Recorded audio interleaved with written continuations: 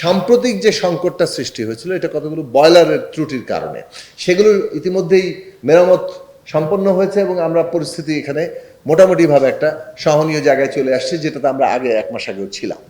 সাময়িক যে সংকট, সেই সংকটের জায়গাগুলো আমরা দূর করছি এবং বিভিন্ন দেশ থেকে আপাতত এই প্রয়োজন মেটানোর জন্য উৎসগুলো থেকে নতুন নতুন উৎস চিহ্নিত করা হচ্ছে, সেখান থেকে আমদানির চিন্তা করা হচ্ছে। এবং কিন্তু আপনি গ্যাস আমদানি করলেই তো হবে না, গ্যাস আমদানি করে তো এটা এলএনজি স্টেশন লাগবে, যেখান থেকে এটা কনভার্ট করে এখানে আসবে। তো সেই এলএনজি স্টেশনও তো নাই, সেটা বসাতেও তো একটু সময় লাগবে। তাহলে প্রত্যেকটি জিনিসই দেখা যাচ্ছে যে প্রকল্প গ্রহণ করে সেটাকে বাস্তবায়িত করার জন্য যে ন্যূনতম প্রয়োজনীয় সময়, সেটা আমাদের দরকার।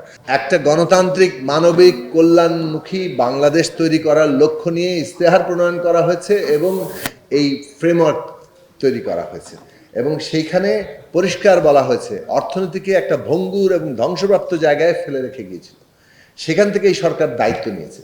ফলে আমাদেরকে একটা পুনরুদ্ধার কাল পার হতে হবে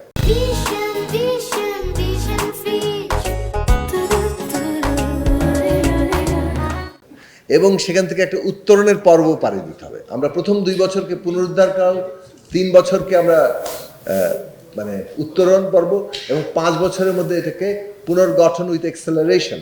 মানে আপনি হেডলাইনটা দেখবেন, ফ্রম ফ্র্যাজাইলিটি টু প্রসপারিটি, মানে ভঙ্গুরতা থেকে সমৃদ্ধির দিকে যাওয়ার একটা রোড ম্যাপ তৈরি করা হয়েছে।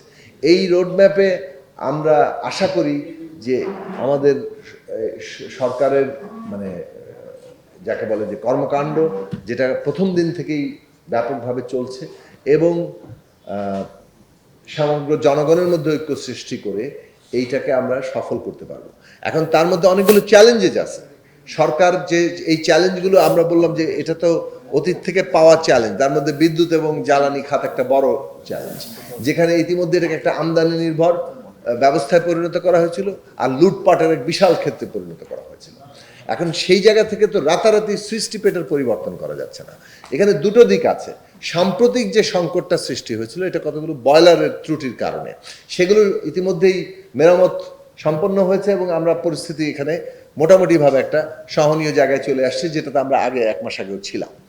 কিন্তু তারপরও যে অবস্থায় আমরা ছিলাম তাতে আমাদের যে চাহিদা গ্যাস এবং বিদ্যুতের অন্যান্য জ্বালানি, সেই চাহিদা অনুযায়ী আমাদের জ্বালানি এবং বিদ্যুৎ নাই। তাহলে সেইটার সমাধান কিভাবে হবে? সেই ক্ষেত্রে বলা হয়েছিল যে সরকার একদিকে নিজেদের গ্যাস উত্তোলন করার চেষ্টা করছে সর্বাত্মকভাবে, অন্যদিকে রিনিউয়েবল এনার্জিতে ব্যাপকভাবে ট্রান্সফর্ম করার চেষ্টা করা হচ্ছে। আরেকটা হচ্ছে আমাদের যে আপৎকালীন মজুদ, সেটা 1.5 মাস ছিল তেলের মধ্যে, সেটাকে 3 মাসে নেওয়ার জন্য ইতিমধ্যে প্রকল্প নেওয়া হয়েছে আরেকটা ইউনিট করার, এবং এটা 6 মাসে নেওয়ার পরিকল্পনা আছে সরকারের। কাজেই এই সব প্রকল্পগুলো কিংবা এই কর্মসূচিগুলো গ্রহণ করে কিন্তু সরকার বিদ্যুৎ ব্যবস্থাকে দ্রুত একটা এই যে বিরাট অর্থনৈতিক কর্মকাণ্ডর পরিকল্পনা করা হয়েছে, সেইটাকে আসলে বাস্তব রূপ দিতে গেলে জ্বালানি লাগবে। জ্বালানি খাত অন্যতম গুরুত্বপূর্ণ, বলতে পারেন প্রধান গুরুত্বপূর্ণ জায়গা। সেই জায়গাটার সমাধান না করে তো আমাদের হবে না। ফলে আমরা বলছি 1 থেকে 1.5 বছর কিংবা 2 বছর সময় লাগবে এই অবস্থাকে আমাদের উৎপাদনশীল অর্থনীতির উপযোগী করে তোলার জন্য। সাময়িক যে সংকট, সেই সংকটের জায়গাগুলো আমরা দূর করছি এবং বিভিন্ন দেশ থেকে আপাতত এই প্রয়োজন মেটানোর জন্য উৎসগুলো থেকে নতুন নতুন উৎস চিহ্নিত করা হচ্ছে, সেখান থেকে আমদানির চিন্তা করা হচ্ছে।